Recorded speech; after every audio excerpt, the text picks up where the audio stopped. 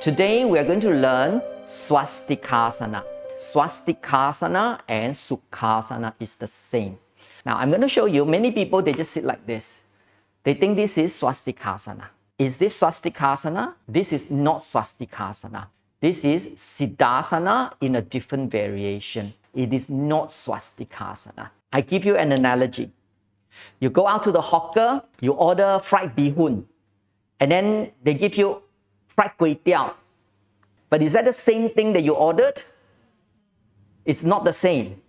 Say it's exactly like here. You are sitting down, yes, you are still sitting down, whether you are Siddhasana or you are Swastikasana, but you are not doing Swastikasana. Swastikasana gives you different things, Siddhasana gives you different things. It's just like Beehoon and kway teow, are they the same thing? They all made from rice, but are they the same thing? Not exactly.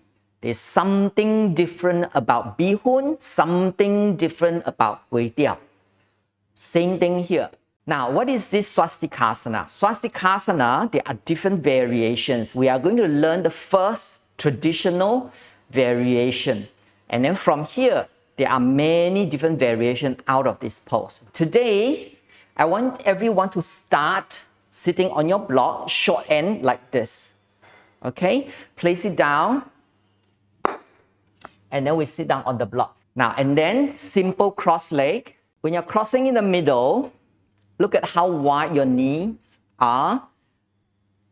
Are the knees going very wide or the knees going very narrow? Now, there are variations that we do. This is also a variation of Swastikasana, where the knee is basically aligned with your hip. This is later, not now. And I don't want this. Okay, this is wide. Why sometimes we do this for pranayama? Sometimes we do for pranayama. This is a wide variation of Swastikasana. So this one is almost, if your shin bone cut into 1/3, this is about 1/3 distance on both feet. 1/3 distance. You are slightly wide, you get a bit of hip space, but you are not so wide that you need a lot of flexibility, and you're not so close that you need a lot of compactness. Neither, it's somewhere in between. Okay, so it's almost like this is 1/3, 1/4, 1/3, whatever is comfortable for you. This is the distance. We tend to sit down in a way that our sacrum will fall back. So if your knees are very high like this, of course for me, I've been practicing a long time, I can keep my sacrum vertical. But I cannot stay here very long. If I use this pranayama, maybe after 5 minutes, it'll be like this, okay? I'm very tight here, it'll be like this. So your sacrum drops down. Your sacrum drops down. So the first thing you need to learn to adjust is wherever your legs are, your sacrum here should be vertical without too much effort. Not when you are very tight like this, you are trying to lift yourself up, you cannot relax in this pose. This pose, you're supposed to be able to sit for a long time. So this part here needs to be vertical where you can feel comfortable. So how you can feel comfortable? One of the criteria is you see your thigh bone and your spine. This is 90 degrees angle. And most people feel relaxed when this is so. So if you are very tight, like this, you should definitely sit higher. Otherwise, you cannot sit here for a long time. For example, you can put 1-2 blankets so you get a little bit higher. Get your thigh bone and the spine about 90 degrees. Then this is where you can sit about long time. Okay? If you are very, very tight, some men are very, very tight, then you can sit on a bolster. You can even sit on a bolster. Now, even if some people bolster, they are still not exactly 90 degrees, they're still having a lot of pressure. Because you're very tight hip, this one will force you to go down. When you force it to go down, you see this is the 90 degrees. If I'm saying like this, this is the 90 degrees. Your body wants to come to the 90 degrees angle. So instead of you leaning back, why don't you raise yourself up so that you can come to 90 degrees? Still not high enough. You can place your bolster on top of your blocks here, okay? But this one, you need to be careful Because sometimes you don't feel stable, then we place it in this way. Then this becomes stable, okay? Now when we say the thigh bone vertical with your spine, basically what we see is the knee is in line with the hip. So if your knee is not in line with the hip, you will not feel the openness of your groin. Doesn't mean it's wrong, it's just you're having a lot of pressure. You won't be able to stay here for a long time. We also need to feel the foundation. If your foundation is stable. Now, where is the foundation of this pose? The foundation of this pose has 4 points. It's like the 4 legs of a table, 4 legs of a chair. You need 4 points. The first 2 points is your sit bone. So your sit bone should sit evenly on your block. The next 2 points is where you connect with your feet. So this one, the feet will be connected with the shin bone. This one, the feet will also connect with the shin bone. So where you have the connection, you will have the stability there. Okay? The problem is, some people, especially you sit higher, you are not able to connect here. The heel is supporting your shin bone. Can you see? The heel is supporting. Okay? The other side, your mount is supporting. So you need to make that connection between the mount and the heel. If you cannot make that connection, your base, your foundation is not stable. So if you are a bit like this, but you are still able to get this roughly 90 degrees, but your legs are a bit hanging, can you see there is a small gap there? This is where you should get that connection. If you don't close that connection, you don't feel the stability on the floor. So you can use a blanket, place it on that connection there, then you can feel the connection, then you become stable, stabilized. This is all very important before you go into pranayama. In pranayama, when you sit for a long time, you don't feel the stability, your energy doesn't rise up. Your energy will be disturbed, So you need to learn all these things. Then from the foundation, we have got 2 variations. One is passive pose, one is active pose. Passive pose, your foot is like this. Active pose, your foot is upright. So we have active and passive. If you're going into pranayama, you're going into meditation, we normally becomes more passive. So your feet will be slightly turned out. This is called supination. Supination. So it's slightly supinated. This is relaxed passive pose. When we want active pose, you make your feet upright. Now everyone try active pose, and then now try passive. To extend the spine, the first thing you focus is your sit bone. The sit bone is like 2 bones on both sides of your hip.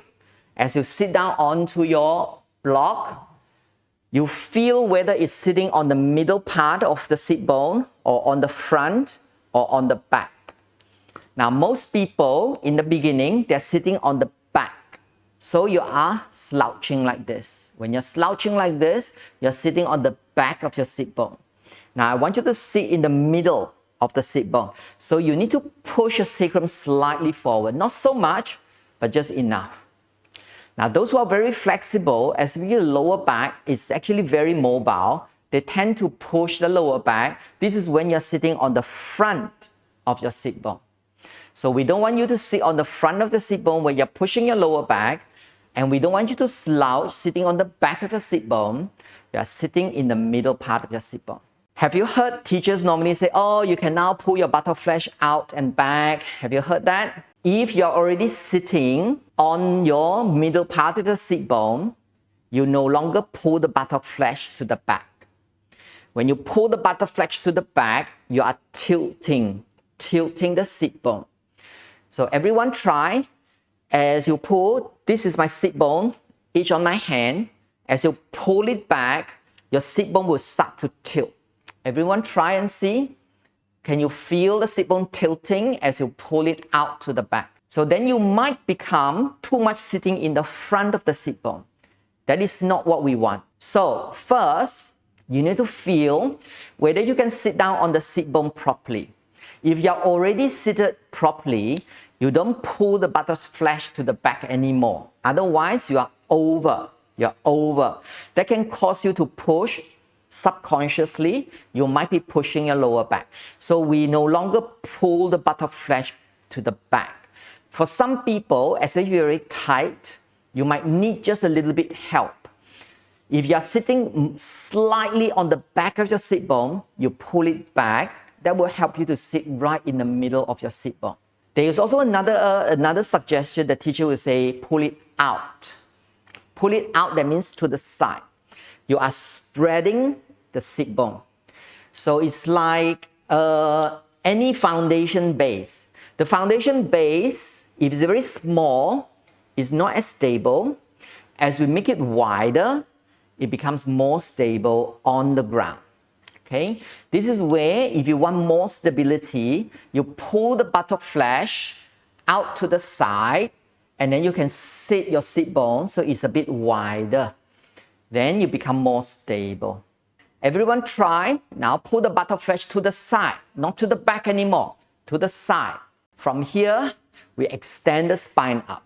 Now, we may not be able to feel our spine in the beginning, so you use your side trunk to lift.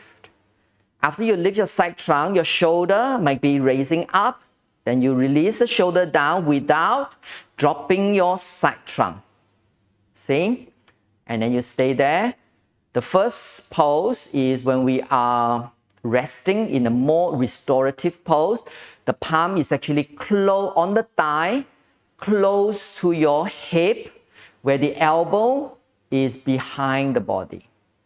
When the elbow is behind the body, it helps us to open the chest, widen the collarbones to the side, and then from here, you gently roll the outer shoulder back. Your shoulder blade now will suck into the body. From here, see if you can lengthen the front body chain. From your pelvis bone, lift up. Until the sternum chest, lift up towards the chin. Tuck in your chin gently, then you align the head with the rest of the spine. Now the elbow doesn't go out to the side. Yes, sometimes we do that to broaden. If you find it difficult to broaden, you move the elbow out. But we want the chest not just to broaden, but also open. So we move the elbow closer to the body, and then pull your elbow down, shoulder down. Now slowly we're going to more active pose. You press the palm into the block, and then you press it palm, and then these arms roll out. Upper arm, roll out. Upper arm, roll out. Shoulder, outer shoulder going back, suck in the shoulder blade, lift the chest up. Don't lean back, be in the center. If you can, extend the fingers. See? Extend the fingers. Don't just relax the fingers like this. Extend the fingers. That helps us to activate your forearm. Now maintain this structure. Release the arm and then raise it up over the head. Urdhva Hasta. Now in this pose, we have already done many times. So you keep lifting the side trunk up, fingers up. Keep it long, vertical extension. Maintain vertical extension, roll your outer armpit forward, horizontal expansion. Now come back, hands pointing forward, interlock the fingers, turn the palms out. You can join your little thumbs together. Inhale, raise the arms up, Baddha Anguli. Push up, lengthen. Maintain the height, vertical extension. Now roll your outer armpit forward, outer upper arm forward, horizontal expansion. Now release the thighs down, release the thighs down. Are you still in contact with the shin bone, with your heel and your mount? When you lift up like this, you lose your stability. Down. And then exhale, release, arms down.